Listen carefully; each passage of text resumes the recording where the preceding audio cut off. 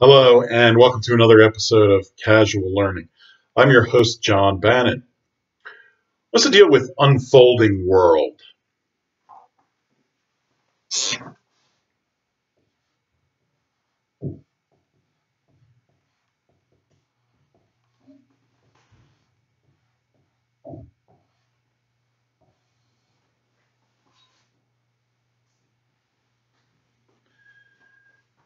The idea of unfolding world or unfolding becoming is a concept that attempts to answer the question of, is God subject to time? Now, the answer to that question is no. God is not subject to time. God is outside of time. However, some people conceive of God being subject to time. And I'm going to give you an explanation of their theory of unfolding world. And then I'll explain to you what's wrong with it and why it's wrong. So, some people claim that God creates an unfolding world. And it's through a self-limiting act by God that he creates this unfolding world. And he does it out of generosity so that creatures like human beings could exist. The fundamental idea is that God, in creating this unfolding world, doesn't know what's going to happen. The future is uncertain, even to God. And even though this flies in the face of God's omniscience, that is, that God knows everything, the argument would be that, well, in an unfolding world, the future doesn't exist until it actually exists, and therefore the future isn't knowable. So it wouldn't be a knock on God's omniscience not to know what the future holds, because it's not knowable by anybody. So it's not a lack of knowledge. So it's not a knock on omniscience. Essentially, believing that you could know the future in an unfolding world like this would be illusory omniscience. It's simply not knowable, therefore it's not part of all that can be known, and therefore it's not a knock on God's omniscience. So the idea of the unfolding world is it compares itself to the block universe. So it's the block universe versus the unfolding world. And the block universe is the whole of space-time in one package. So the block universe assumes God knows the past, the present, and the future, and God doesn't experience time. God knows all of space-time. Now that's the generally accepted understanding of God's omniscience. This unfolding world idea is that God does not know the future, but God creates a universe that unfolds in time, and the future is not known. It's unknowable, and it's basically a new creation every moment of time.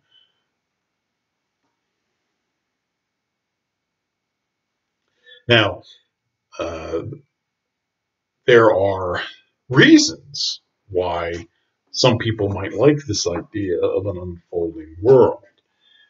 Um, One of the major reasons is it helps explain the problem of evil, which is why does God let evil things happen? You would think God would stop those things. Well, the argument under the unfolding world is that God doesn't know that they're going to happen, because even God doesn't know what the future holds in this unfolding world. And what God can do is attempt to steer things towards a better end um, by intervening in human history in time. But because God doesn't actually know the end, because it's unknowable, the best he can do is steer it towards a good end. And that explains why bad things happen to good people, why there are strange and evil things that occur, because God, a perfectly good God, would not want those things to happen.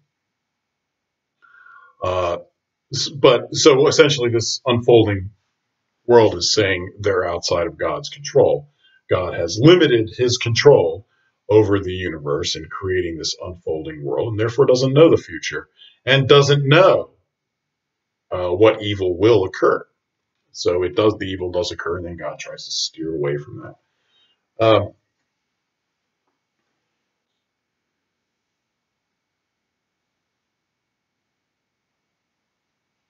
So in this sort of unfolding world, the future is not there already waiting for us.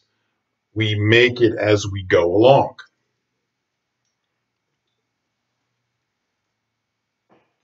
There must be some sort of engagement of God with time, even though there's still a timeless aspect of God. But when God brought an unfolding universe into being through an act of self limitation,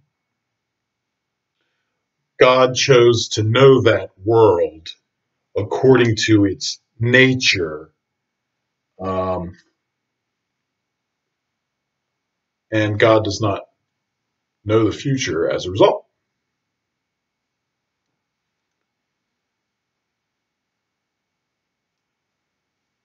So God, under this idea, is not in total control, uh,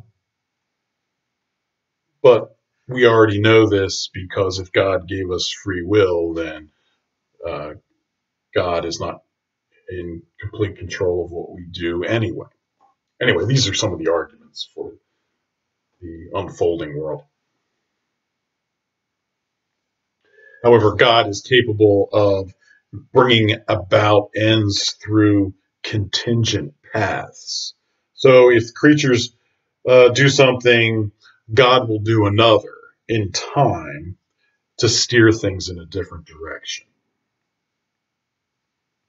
So the act of creation is an act of self-limitation and an act of generosity towards creatures.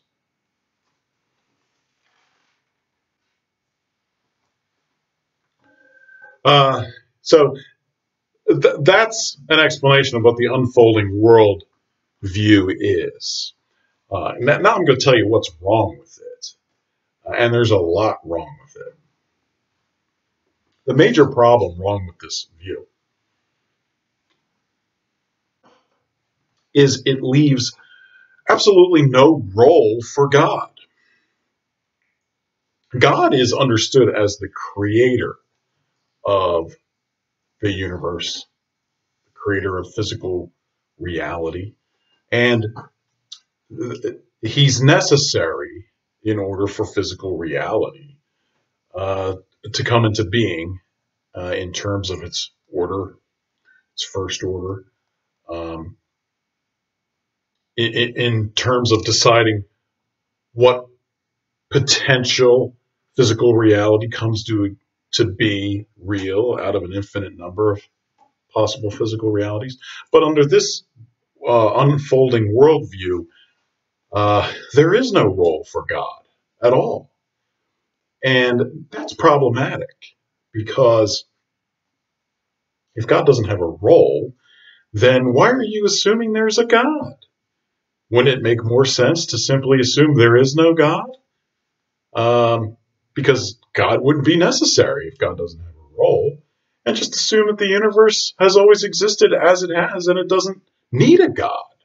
So ultimately, the unfolding worldview is atheistic. Um, I know it talks about the existence of God, but in truth, if you don't give God a role, a necessity for reality, then Occam's razor would say you should simply dismiss God as superfluous and go with a simpler explanation, which would be there is no God and there's just a universe. So this whole theory of unfolding worlds is very tricky, but very atheistic. And I highly suggest that you do not adopt this theory as your own view on God. So, under unfolding worlds, at best, you have a God who interferes in physical reality, even though he doesn't know the future. He's not the typical God that we understand. So you might have a God who interferes and steers the direction of the future towards a better or more perfect goal.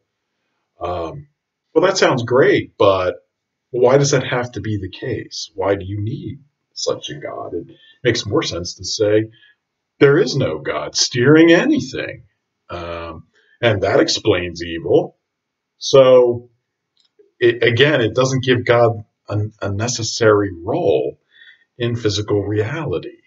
And if God doesn't have a necessary role in physical reality, then why are you believing that a God exists? Um,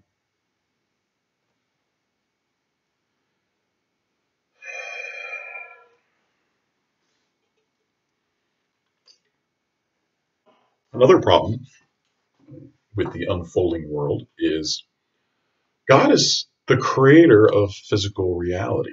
That means God gives it its first order. Well, in an unfolding world, if God doesn't know what the future holds, then the creation of an unfolding world doesn't need a first order. Why would God know the first order, but then not know what else is going to happen down the line? Doesn't make any sense. So this assumes that God does not actually choose the first order for physical reality, upon which all subsequent order through time is based and is derived. So what do you really have? You've got a God who's creating a universe without even knowing what the first order of that universe is going to be, that initial, expansion of the Big Bang singularity. So what's that? That's magic. That's magic. There's order being created from nowhere. And even God doesn't know what the order is. Well, that's a magic. That's the same as saying God has a magic wand and he's just going poof, and there the universe begins. And even God doesn't know what the order of that universe is. Um, God doesn't even know what's going to happen in that universe because he doesn't even know the initial order. He's got a magic wand. And God doesn't have a magic wand. Magic is Pure magic is something from nothing, and God cannot pull off that trick. If you could create something from nothing, then what would you need God for? Nothing would create the universe. So God can't have a magic wand.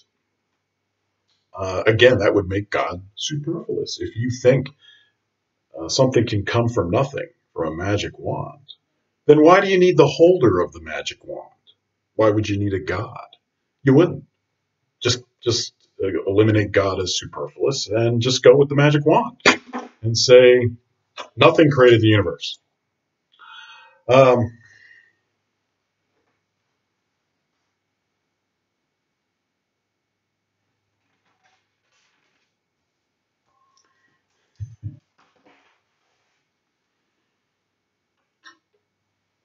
Another problem with the unfolding worldview is, let's assume that it's not a case where God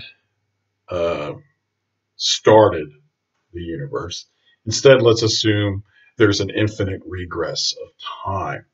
Now, I don't believe there was an infinite regress of time, but hypothetically speaking, let's just assume there was.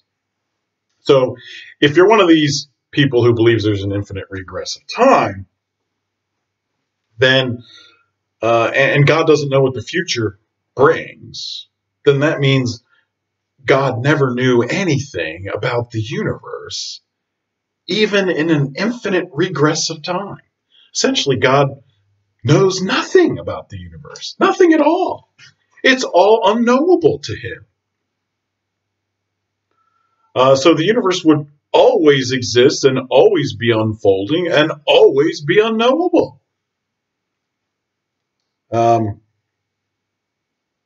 In that sort of a universe, well, why would God know that creatures would come to exist or that human beings would arise?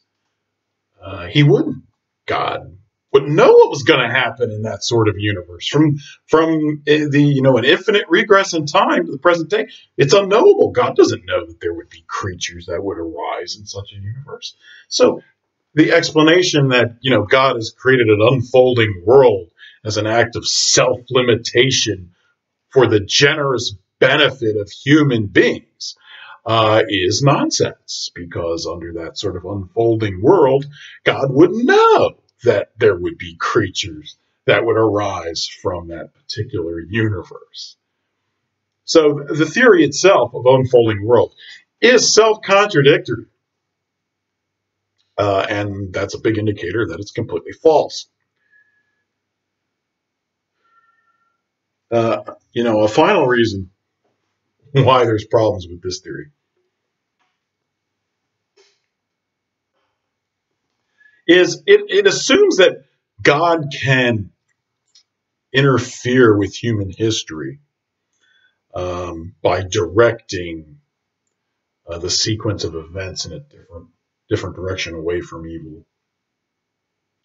And that means God has to be keeping tabs on what's going on because he doesn't know the future. But he's got to be vigilant in order for him to correct things that these creatures are doing, correct the direction of the universe. So he's got to be keeping tabs on what's going on in order to do that. So, it raises the question of, well, how good a guesser is God? I mean, if he doesn't know the future, but he's trying to direct the future with what he does now through contingent paths of interaction in history, well, then God has to be engaging in guessing about the future. It's the only way you can do that. So how good a guesser is God? Right? Well, I mean, you would think God would be the perfect guesser because God knows everything, so he should be the perfect guesser. But he can't be the perfect guesser because the future's unknowable to God. So there's a real tension in this entire theory between God's omniscience and this idea that God can't know the future, but nonetheless is going to guess about it and interact with human history to steer it in the direction he wants.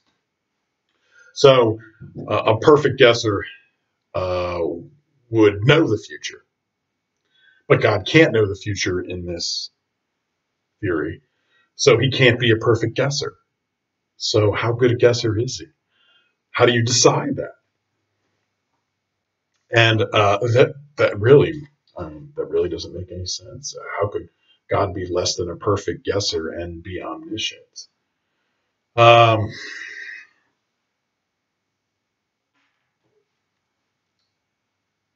It's essentially creating a situation where God is fighting God. God creates a universe that he can't predict the future of, but then he turns around and tries to predict the future, in order to counteract the evil of creatures. That's God versus God. That's like God is fighting himself. That really makes no sense at all.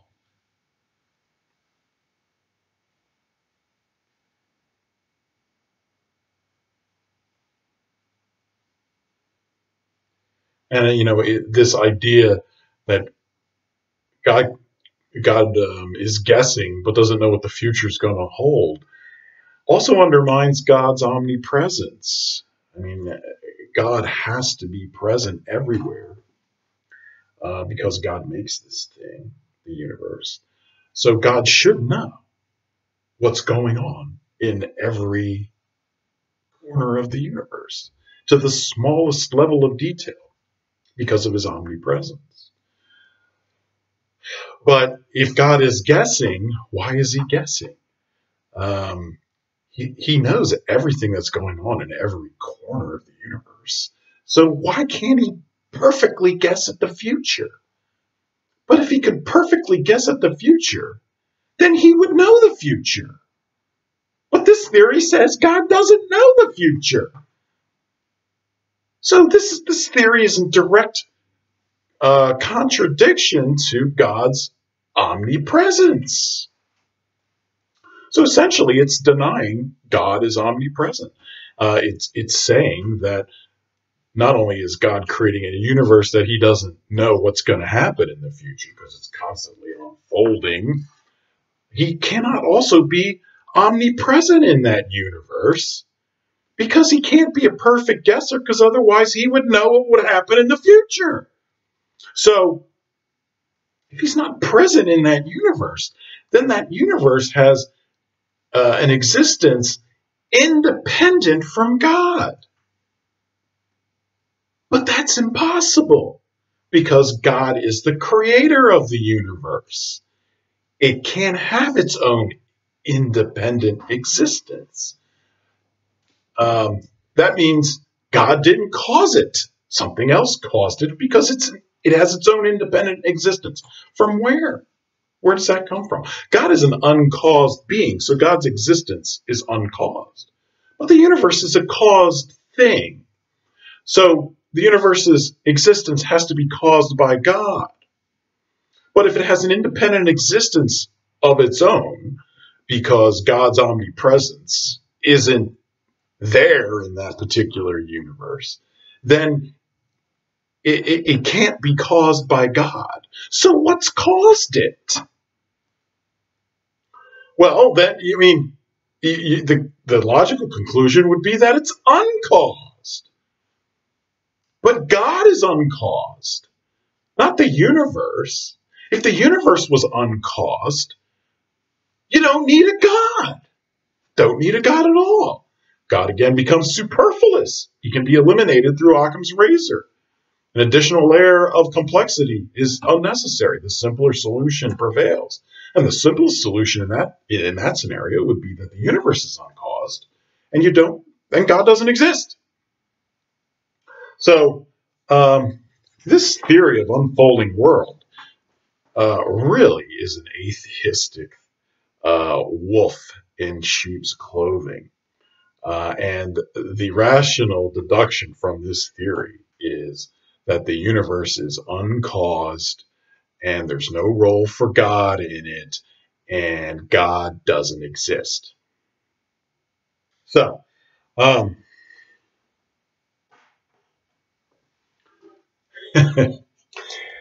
be very careful of this theory. It explains some things like the problem of evil, and it makes God subject to time, some form of time, which is much more comprehensible to a human being. So this theory is seductive in some respects, but ultimately it leads you straight down the path of atheism and the conclusion that God does not exist. So this theory is wrong. Don't believe it for the reasons I just gave you.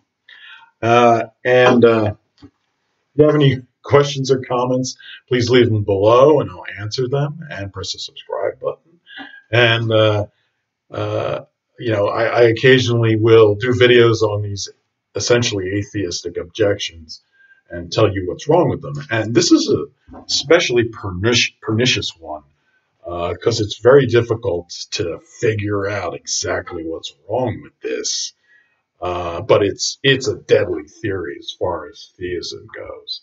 And you may even find that Christians are proposing this sort of idea. They clearly don't understand the consequences of this sort of theory. All right. All right. Take care.